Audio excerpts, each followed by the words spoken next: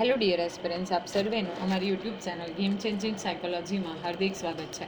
આજના વિડીયોમાં આપણે પ્રોબેશન ઓફિસર, ચીફ ઓફિસર તેમજ અન્ય કેટલીક સરકારી પરીક્ષાઓ માટે સમાજશાસ્ત્ર એટલે કે સોશિયોલોજી સબ્જેક્ટ અગત્યનો છે. અને સાથે સાથે જે વિદ્યાર્થીઓ બેચલર ઇન સોશિયોલોજી અને માસ્ટર ઇન સોશિયોલોજી કરી રહ્યા છે તો એમના માટે પણ ઓફકોર્સ આ વિડીયો અગત્યના છે. અને આ સબ્જેક્ટ અંતર્ગત આપણે સમુદાય અને જૂથ એ વિષયની વાત કરી રહ્યા છે. જો તમે અગાઉના વિડીયોઝ જોયા ન હોય તો પ્લેલિસ્ટમાં જઈને એ વિડીયોઝ પણ ચેક કરી લેશો. અગાઉના વિડીયોમાં આપણે વસ્તી વિશે એક વાત કરતા હતા. એમાં સૌપ્રથમ વિડીયોમાં આપણે જે લોક જૂથો છે, સંસ્કૃતિના બેઝ જે અલગ અલગ ધર્મો છે એ વિશેની વાત કરી. ત્યાર પછીના વિડીયોમાં આપણે ગ્રામીણ સમુદાય સાથે સાથે ગ્રામીણ સમુદાયનો અર્થ અને એની લાક્ષણિકતાઓ વિશે ડિટેલમાં ચર્ચા કરી હતી. હવે આજના વિડીયોમાં આપણે શહેરી સમુદાય એટલે શું, સાથે સાથે એનો અર્થ અને એની જે કેરેક્ટરિસ્ટિક્સ છે એ વિશે ડિટેલમાં અભ્યાસ કરીશું. તો સૌપ્રથમ તમે સૌ જાણો છો, આપણે અગાઉના વિડીયોમાં પણ જોયું હતું કે રોજગારી, ફેસિલિટીઝ, એજ્યુકેશન, હેલ્થ સર્વિસીસ એ બધી વસ્તુઓની પ્રાપ્તિ થાય એ હેતુથી જે ગામડામાં વસતા લોકો જે છે એ શહેરો તરફ સ્થળાંતરણ કરે છે, એટલે કે બેઝિકલી માઇગ્રેશન કરે છે, રાઈટ. તો હવે આપણે જોઈએ કે આ શહેરી સમુદાય એટલે શું. તો ભારત ગામડાઓના દેશ તરીકે ઓળખાય છે. તેમ છતાં ભારતમાં પ્રાચીન સમયની સિંધુ ખીણ દેટ ઇઝ મોહેન્જો-દારો અને હડપ્પાની શહેરી સભ્યતા જોવા મળે છે. ઓકે, કોમન વર્ડમાં આપણે એવું કહી શકીએ કે ભારત જે છે એ ગામડાઓનો દેશ છે. એટલે કે નાના નાના ગામડાઓથી ભારતનું અસ્તિત્વ જે છે એ આવ્યું છે, એ બન્યું છે. પરંતુ જો આપણે ઇતિહાસ જોઈએ તો જ્યારથી સભ્યતા એટલે કે આપણે બેઝિકલી સિવિલાઇઝેશન સ્ટાર્ટ થઈ ત્યારથી જ લઈને જે સિંધુ ખીણની સભ્યતા, એમાં પણ ખાસ કરીને મોહેન્જો-દારો, હડપ્પા, તો એ વખતની શહેરી સભ્યતા સંભાવ આપણને જોવા મળે છે. એટલે હાલથી જ નહીં પરંતુ ઇતિહાસ એ વસ્તુનો સાક્ષી છે કે એ સમયે પણ જે શહેરીકરણ જે છે, ઓરલ્સ આપણે એવું કહી શકીએ કે શહેરની સભ્યતા, અર્બન સિવિલાઇઝેશન જોવા મળતું હતું. ભારતને તેના શહેરોની પ્રાચીન પરંપરા રહી છે. ઓકે, જે શહેરો હતા પ્રાચીન, તો એની પોતાની પરંપરા રહી છે, પોતાના ટ્રેડિશન્સ રહ્યા છે. અનેક વિદેશી મુસાફરો જેવા કે યુએન સંઘ, ફાહિયાન વગેરે પોતાના લખાણોમાં ભારતના જુદા જુદા પ્રદેશોના વિકસેલા શહેરોનો ઉલ્લેખ કર્યો છે. ઓકે, હવે તમને ખબર હશે કે આજે ચીની મુસાફરો છે, યુએન સંઘ, ફાહિયાન, રાઈટ. તો એ બધા જ ઇન્ડિયાની વિઝિટ કરે છે. સ્પેશિયલી આપણે યુએન સંઘની વાત કરીએ તો એ નાલંદા યુનિવર્સિટીની પણ વિઝિટ કરે છે. સાથે સાથે ફાહિયાન જે છે એ, તો આ બધા જ જે ચીની મુસાફરો હતા એ ભારતમાં પ્રવાસાર્થે આવ્યા હતા અને એમના જે લખાણો છે તો એમાં પણ આપણે બેઝિકલી આ જે વિકાસ પામેલા શહેરો છે એનો ઉલ્લેખ જોઈ શકીએ છીએ. પછી બીજું એક નામ તમે એડ કરી શકો, ઇત્સિંગ. ફોર એક્ઝામ્પલ, કયા કયા જે શહેરો છે એનો ઉલ્લેખ પોતાના લખાણોમાં કર્યો છે, તો કાશી, જે બનારસનો પાર્ટ છે, મથુરા વગેરે શહેરો અને તેની આસપાસના ગામડાઓ વચ્ચે ચોક્કસ પ્રકારના સંબંધો પણ હતા. તો તેઓ પોતાના લખાણમાં લખે છે કે કાશી એટલે કે બનારસ, મથુરા એ બધા શહેરો અને સાથે સાથે એની આસપાસના ગામડાઓ છે તો એની વચ્ચે ચોક્કસ પ્રકારના વ્યવહારો હતા, ચોક્કસ પ્રકારના સંબંધો હતા. હવે આપણે જોઈએ કે આ શહેરી સમુદાય એટલે શું. તો શહેર માટે નગર શબ્દ, અર્બન શબ્દ જે છે એ પ્રચલિત છે. શહેરી વિસ્તારમાં વસવાટ કરતા લોકોના બનેલા સમુદાયને શહેરી સમુદાય કહે છે. હવે જે લોકો શહેરી વિસ્તારમાં વસવાટ કરે છે અને તેમનાથી જે લોકોનું એક ગ્રુપ બને છે, એક સમુદાય બને છે, તો એને શહેરી સમુદાય તરીકે આપણે ઓળખીએ છીએ. જેમાં વસ્તીનું કદ છે એ મોટું હોય છે અને ઘનતા વધુ હોય છે. ઘનતા એટલે પર સ્ક્વેર કિલોમીટર કેટલા લોકો વસે છે, તો એને આપણે વસ્તી ગીચતા કહીએ, રાઈટ. તો એ ગીચતા પણ વધુ હોય છે. મોટાભાગની વસ્તી જે છે બિનકૃષિ વ્યવસાયમાં કામ કરતી હોય. ઓપોઝિટ છે, જ્યારે આપણે ગ્રામીણ ક્ષેત્રની વાત કરી ત્યારે આપણે જોયું હતું કે મોટાભાગની જે વસ્તી છે ખેતી અને કૃષિ વિષયક જે અલગ અલગ બીજા ફ્રેઝ છે, જેમ કે પશુપાલન છે, ઓકે, ડેરી ઉદ્યોગ છે, એની સાથે સંકળાયેલી છે. તો અહીંયા મોટેભાગની વસ્તી જે છે બિનકૃષિ વિષયક એટલે કે કૃષિ સાથે સંકળાયેલી નથી. આવા નગરનું કદ મોટું હોવાથી તેના સભ્યો વચ્ચે ઔપચારિક સંબંધો હોય છે. અગાઉ પણ આપણે જોયું હતું કે ગ્રામીણ સમુદાયની વાત કરીએ તો એ બધા વચ્ચે પરસ્પર લાગણીના સંબંધો હોય છે. હવે આ બેઝિકલી નગરની વાત કરીએ તો એનું કદ ખૂબ મોટું છે, એટલે ઘણા બધા સભ્યો એમાં વસવાટ કરતા હોય, એટલે સભ્યો વચ્ચે જે સંબંધો છે, રિલેશન્સ છે, એ ઘણા ઔપચારિક છે, એકદમ ફોર્મલ રિલેશન હોય છે. ધર્મ, વ્યવસાય, કોમ, જ્ઞાતિ, ભાષા, હિતો વગેરે બાબતોમાં વિવિધતા હોય છે. પ્લસ ધર્મ, ઓકે, વ્યવસાય એટલે કે ઓક્યુપેશન, જે તે કોમ છે, નાત જાત છે, જ્ઞાતિ છે, ભાષા છે, લોકોના હિત એટલે કે ઇન્ટરેસ્ટ છે, એમના એમ્સ છે, એ બધી બાબતોમાં પણ આપણે વિવિધતા જોઈ શકીએ છીએ. મોટે ભાગે પ્રકૃતિથી દૂર હોય છે. ઓપોઝિટ હતું ગ્રામીણમાં કે પ્રકૃતિ પ્રેમી લોકો છે, પ્રકૃતિની ખૂબ નિકટ રહે છે, તો અહીંયા પ્રકૃતિથી દૂર છે. સમાજશાસ્ત્રીય દ્રષ્ટિથી જોઈએ તો શહેર કે નગર સમુદાય એક જીવનશૈલી છે. તો આ પણ અગત્યનું છે કે આપણે જો સમાજશાસ્ત્રીય દ્રષ્ટિથી એટલે કે પર્સપેક્ટિવથી જોઈએ તો આ શહેર કે સમુદાય જે છે એ એક જીવનશૈલી છે, type of living the life. નગરમાં વધુ વસ્તી અને વધુ ગીચતા હોય છે. ગીચતા એટલે કે પર સ્ક્વેર કિલોમીટર કેટલા લોકો રહે છે એ. વાહન વ્યવહારની અવરજવર, ખરીદ વેચાણ, વૈજ્ઞાનિક અને શૈક્ષણિક સગવડ વધુ હોય છે. તો આપણે જ્યારે વાત કરીએ શહેરી સમુદાયની તો બેઝિકલી વિકામચૂનો કે વાહન વ્યવહારની અવરજવર વધારે હોય છે, એટલે કે ટ્રાફિક રિલેટેડ ઇશ્યુઝ હોય છે. ખરીદ વેચાણ, બાઇંગ અને સેલિંગ જે છે એ વધારે પ્રમાણમાં થતું હોય છે. વૈજ્ઞાનિક અને જે શૈક્ષણિક ફેસિલિટીઝ છે, સવલતો છે, હેલ્થ ફેસિલિટીઝ, તો એ પણ પ્રમાણમાં વધારે મળે છે. નગર સમુદાયના લોકોની સામાજિક વ્યવસ્થા અને માન્યતાઓ તેમજ શ્રદ્ધાઓમાં વૈવિધ્ય હોય છે. તો સમહાઉ દે are connected with education and scientific fact. તો જે સુપરસ્ટ્રેશનનું લેવલ છે એ ઓછું હશે, ઓકે. પ્લસ એમની જે માન્યતા છે, શ્રદ્ધાઓ છે, તો એમાં પણ આપણે વૈવિધ્ય જોઈ શકીએ છીએ. એટલે કે બેઝિકલી આપણે એમાં પણ વેરિએશન્સ જે છે એ જોઈ શકીએ છીએ.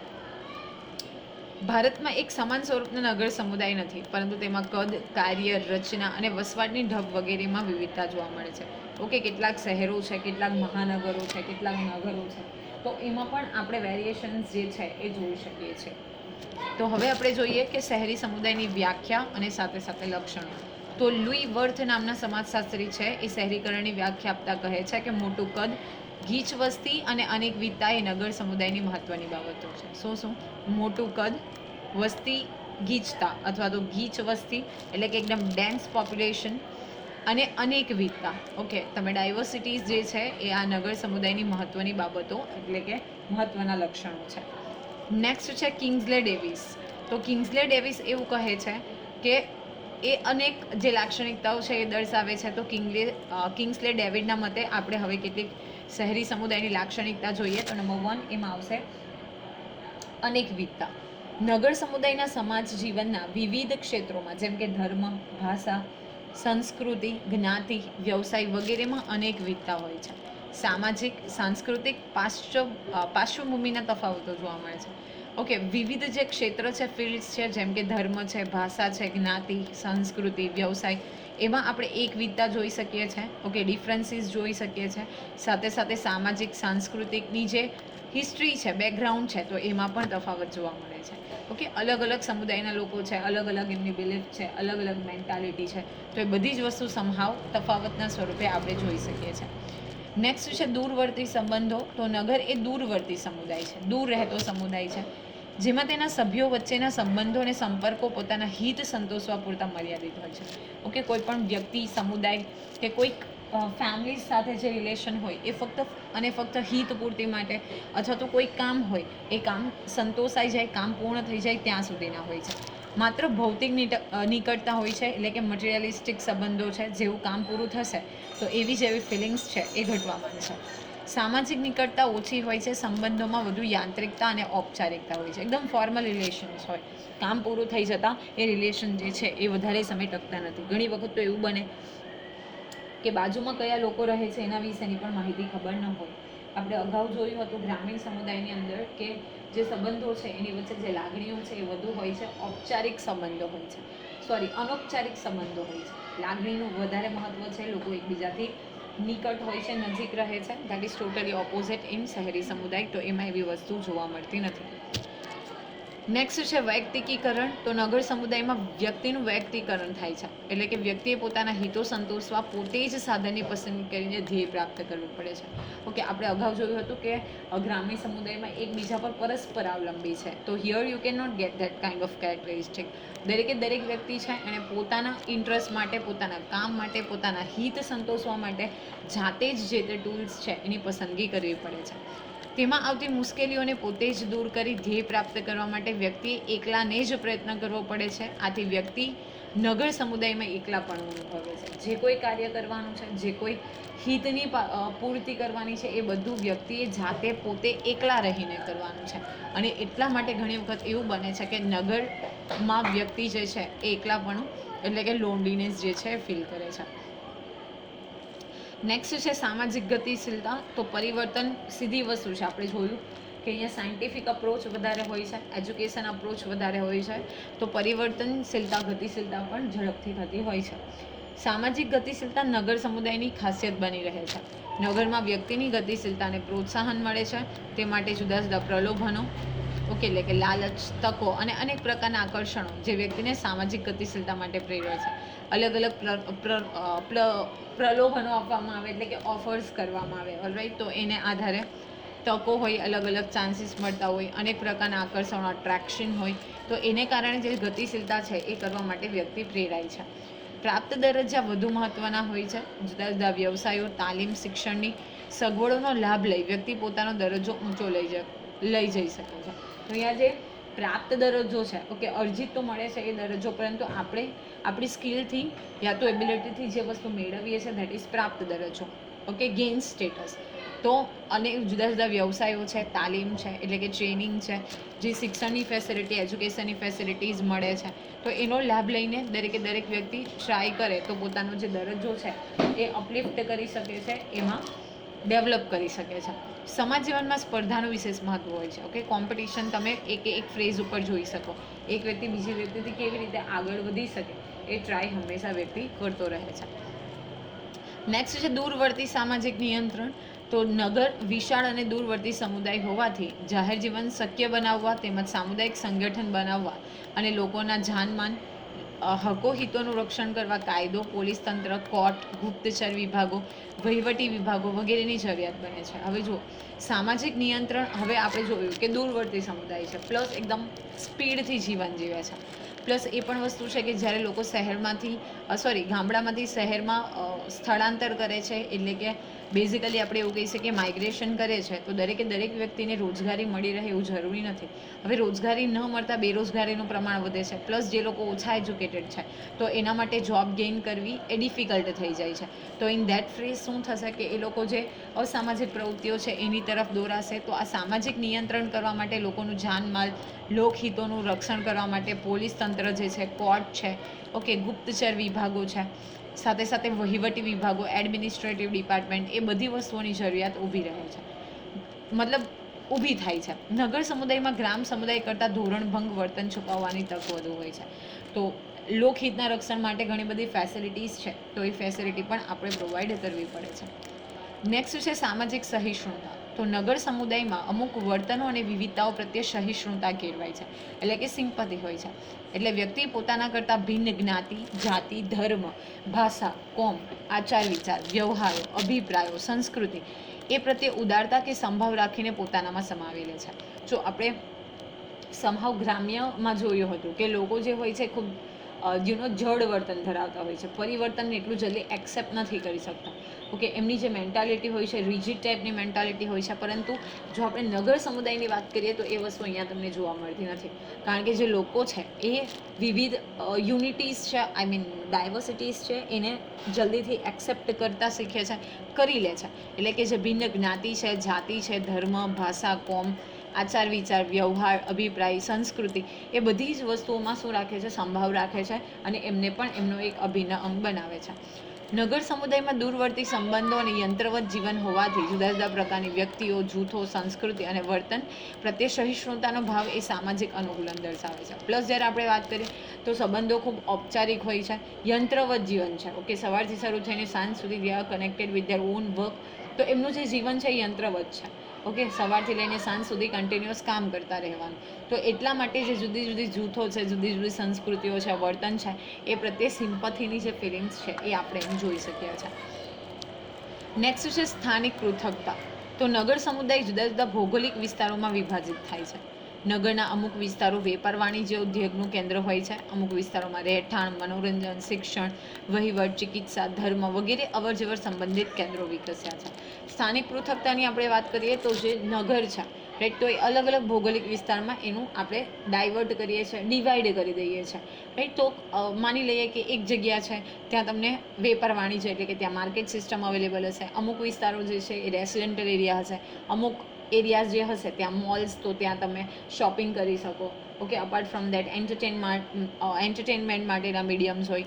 એક ફ્રેઝ એવો હશે કે જ્યાં એજ્યુકેશન મળતું હશે, એક ફ્રેઝ હશે ત્યાં બેઝિકલી આપણે એવું કહી શકીએ કે જે એડમિનિસ્ટ્રેટિવ બિલ્ડિંગ્સ છે એ હોય, કોઈક જગ્યાએ હોસ્પિટલ્સ હોય, ઓકે, કોઈ જગ્યાએ ધર્મ રિલેટેડ. તો જે સ્થાનિક પૃથકતા આપણે જોઈ શકીએ છીએ, એટલે કે શહેરનો જે નગરનો સમુદાય છે એ જુદા જુદા ભૌગોલિક વિસ્તારમાં વિભાજિત કરવામાં આવે છે.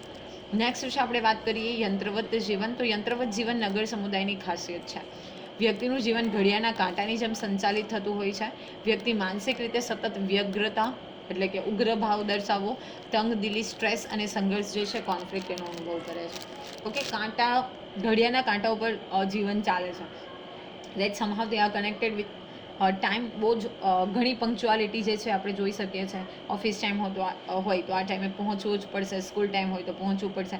તો કાંટાની જેમ સંચાલિત એમનું જીવન છે, અને એટલા માટે વ્યક્તિ જે છે માનસિક રીતે સતત વ્યગ્રતા, સતત ઉગ્ર ગુસ્સો હોય, ઓકે, તંગદિલી, સ્ટ્રેસનો અનુભવ કરે અને સંઘર્ષનો અનુભવ કરે. અને આપણે જોયું કે એકલાપણાની જે ફિલિંગ્સ છે એ બેઝિકલી વી કેન નોટિસ.